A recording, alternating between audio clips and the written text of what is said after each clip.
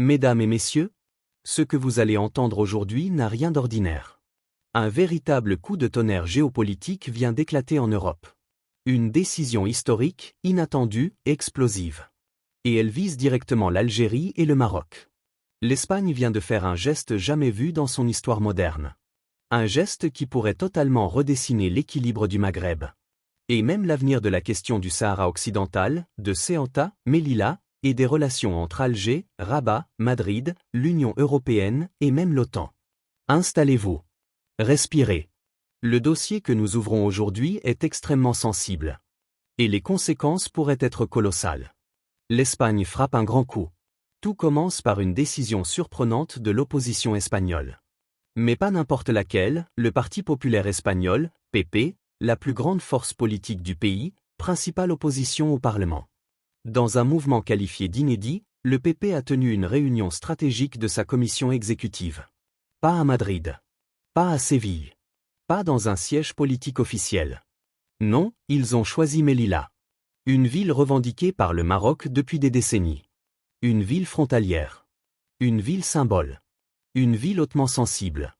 L'objectif ? Afficher un message clair, direct, brutal.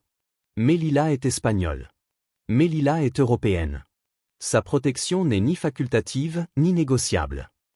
Ces mots sont de Alberto Núñez, l'homme qu'il faut surveiller de très près. Car cet homme a failli devenir président du gouvernement espagnol. Il a dirigé le pays temporairement. Et il se prépare à revenir, plus fort que jamais. Selon lui, Melilla est un territoire espagnol. Melilla est un territoire européen. Et sa protection est un devoir. L'Espagne ne négociera jamais son statut. L'Europe doit être impliquée. Et même l'OTAN doit se préparer à intervenir si Ceuta ou Melilla sont menacés. C'est un tournant historique. L'Europe s'en mêle, message direct au Maroc. Ce n'est pas uniquement une question de souveraineté. Non. Le PP demande désormais à tous les pays de l'Union européenne de reconnaître Ceuta et Melilla comme des territoires européens à part entière. Ce qui, concrètement, signifierait protection européenne obligatoire, sécurité commune, obligations militaires et politiques, et potentiellement, activation de l'OTAN en cas de crise. Cela place le Maroc dans une situation extrêmement délicate. Pourquoi ? Parce que Rabat a toujours affirmé que Ceuta et Melilla sont des enclaves occupées.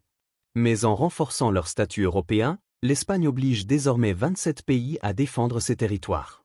C'est un verrou politique et militaire jamais vu. Le passé rattrape le Maroc, des erreurs lourdes de conséquences. Le texte que nous avons analysé insiste beaucoup sur un point. Le Maroc, selon de nombreux experts espagnols, aurait commis des erreurs historiques. Il aurait abandonné Melilla, l'île Leila, plusieurs autres îlots stratégiques. Des territoires qui, aujourd'hui, posent un énorme problème diplomatique. À cela s'ajoute la politique marocaine sur le dossier du Sahara occidental, qui a créé des tensions immenses avec plusieurs pays européens, dont l'Espagne. Et pendant que Rabat tentait d'obtenir un soutien occidental sur la question du Sahara, l'Espagne, elle, préparait un plan discret, mais extrêmement puissant, pour verrouiller Ceuta et Melilla définitivement. Les États-Unis et le Sahara occidental, un message clair. Pendant ce temps, sur le dossier du Sahara occidental, un autre acteur entre en scène, les États-Unis. Dans une résolution présentée au Conseil de sécurité, Washington a rappelé un point essentiel. Le droit du peuple sahraoui à l'autodétermination. Ce rappel change beaucoup de choses, car il limite les marges de manœuvre de Rabat. Il rappelle que toute solution doit être acceptée par le peuple sahraoui, conforme au droit international, validée par les Nations Unies. Et cela rend toute solution unilatérale quasiment impossible. L'Espagne renforce Melilla et Ceuta, économie, sécurité, douane. Le Parti populaire espagnol ne s'arrête pas là. Il a promis que s'il arrive au pouvoir, Melilla et Ceuta seront pleinement intégrés dans l'Union européenne. Leur sécurité sera renforcée. Leur statut territorial sera blindé. Des investissements massifs seront lancés. Une réforme douanière stratégique sera mise en place.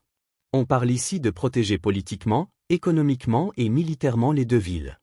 Rien de comparable n'a été fait auparavant. Jamais.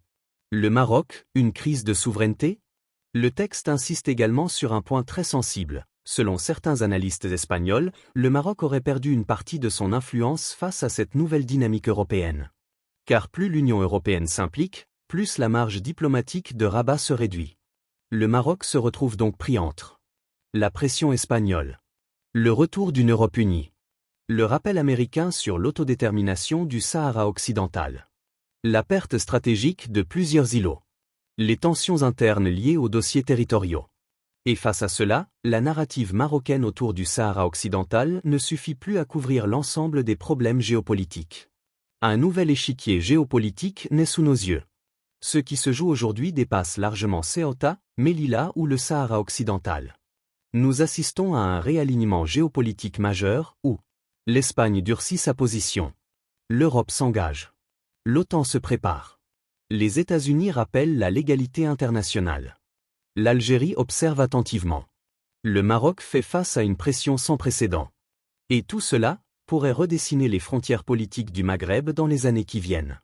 Chers abonnés, ce dossier est loin d'être terminé. Les prochains mois seront déterminants, peut-être même explosifs. Si vous voulez une partie 2, une analyse détaillée ou un décryptage pays par pays, dites-le dans les commentaires. N'oubliez pas, like, abonnement, commentaire. Pour soutenir cette chaîne qui vous apporte l'information sans filtre, sans censure, et avec une analyse approfondie. À très bientôt pour une nouvelle enquête géopolitique.